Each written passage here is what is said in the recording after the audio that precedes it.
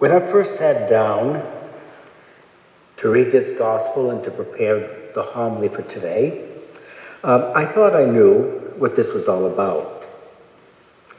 But then I took into consideration what I always tell my students is read closely. And so a close reading of the text I found to be very confusing. Well, I got the obvious. Jesus chased the cattle, sheep, doves out of the temple piazza. The buying and the selling of animals in the temple was an expected and almost necessary practice, as travelers to the temple during festival times needed to purchase animals for a sacrifice. He also chased out the money changers at the temple who were taking in foreign currency in exchange for Jewish shekels for buying the sacrificial animals, charging exorbitant prices and forcing poor pilgrims, many of whom were farmers and fishermen, barely scraping by under the crushing taxation of the Roman Empire, to pay large sums of money in order to make the required sacrifice. Jesus was filled with zeal for his Father's house that had become an extortionary marketplace. Now, the rest of this didn't make too much sense to me. Because of what Jesus had done, a certain group of Jews confronted him and wanted some sort of heavenly sign that authorized him for doing what he had just done.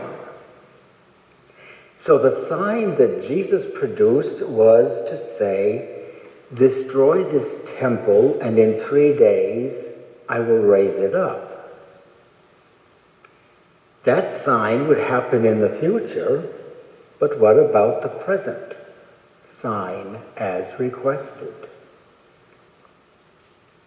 And how would destroying this temple that had taken 46 years so far to build and would take another 36 beyond this particular incident have anything to do with a sign authorizing Jesus for what he had just done? Okay, so Jesus was talking about the temple of his body. But how was the destruction of his body supposed to happen in the future? How is that going to be a present sign authorizing Jesus to have done what he just did? Now, this whole story was originally written in Greek and subsequently translated into English. I was wondering, did anything get lost in its transmission over almost 2,000 years and finally make its way into the translation we heard a few minutes ago? Well, not really. But some of the words are misleading in Greek as well as in English.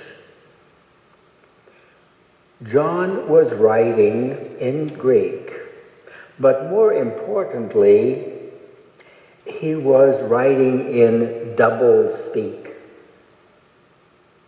Jesus had said, "Stop making my Father's house a marketplace."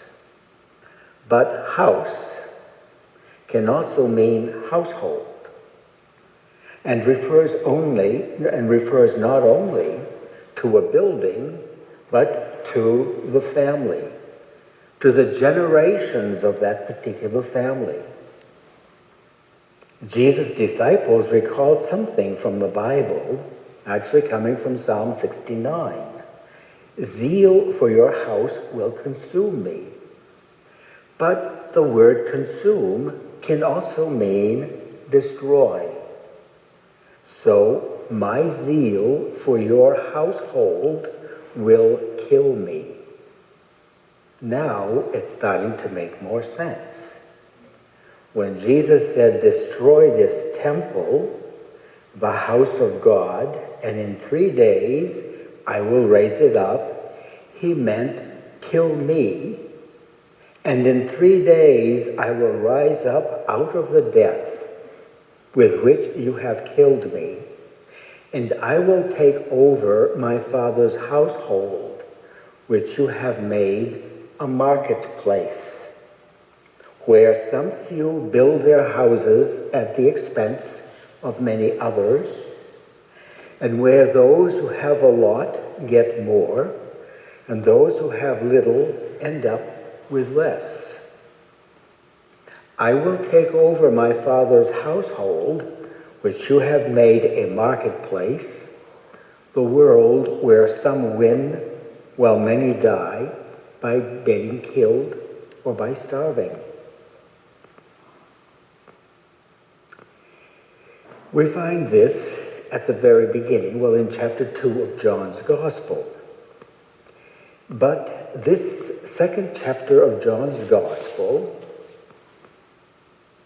is Jesus who's already establishing in double speak what his ministry in this world was going to be. Now here I have to do something that Sister Nuala is going to say, of course, because I'm going to allude to the book of Genesis. The beginning of John's Gospel had alluded to the book of Genesis, to the account of the universe, the beginning of the universe, when God created it by speaking it into existence. In Genesis, we read, and God said, let there be, fill in the blanks, and so it was.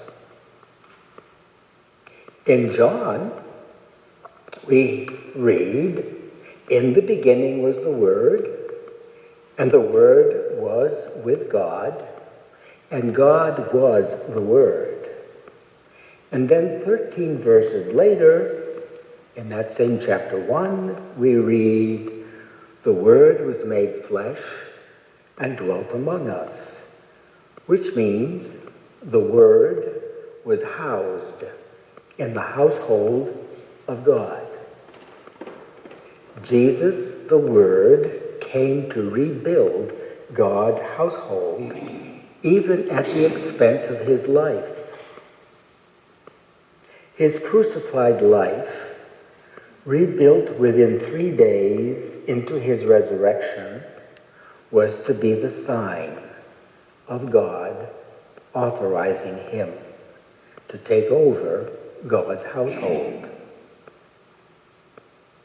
And to invite this household, the people of God, to begin living already now in God's everlasting temple, beyond the time of this world's mean marketplaces.